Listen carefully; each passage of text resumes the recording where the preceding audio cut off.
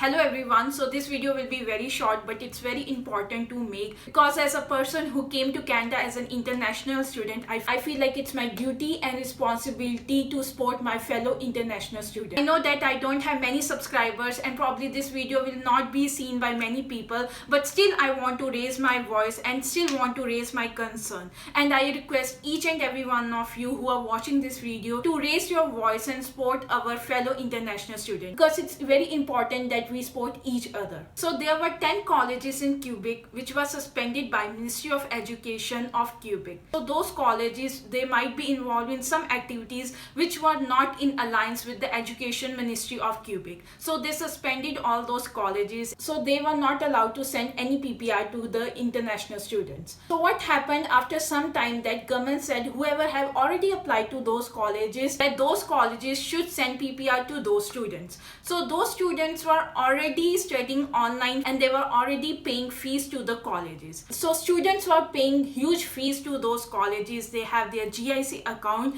but they were studying online from India. But now other students who have applied to other colleges in Ontario, Vancouver, they were getting PPR and they were coming to Canada to further study.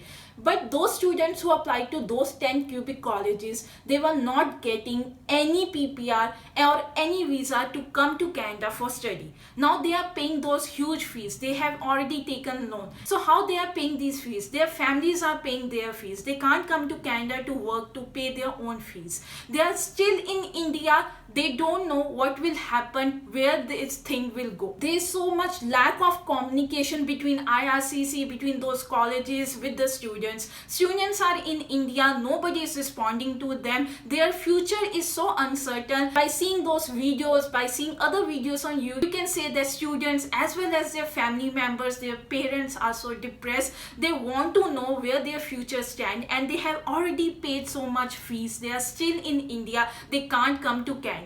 And I don't know why there is so much lack of communication. There should be something done already of this issue, but still nothing. I also came as an international student and I can understand what those students are facing, but those international students are facing. I can just sit here and make the video, but those are the ones who are in trouble, who don't know where their future is. They are not getting any communication from the government or IRCC. It's very sad. We don't know what will happen when this thing will get over. So I will again request each and every one of you to support those students, even if you can do that on social media. Social media is very powerful platform. This news will spread among masses so they can get some outcome, some result as soon as possible, because it's been already delayed for a long period of time. So I request everyone, and it's my responsibility and my duty also to support them, and I will request each and everyone to support them.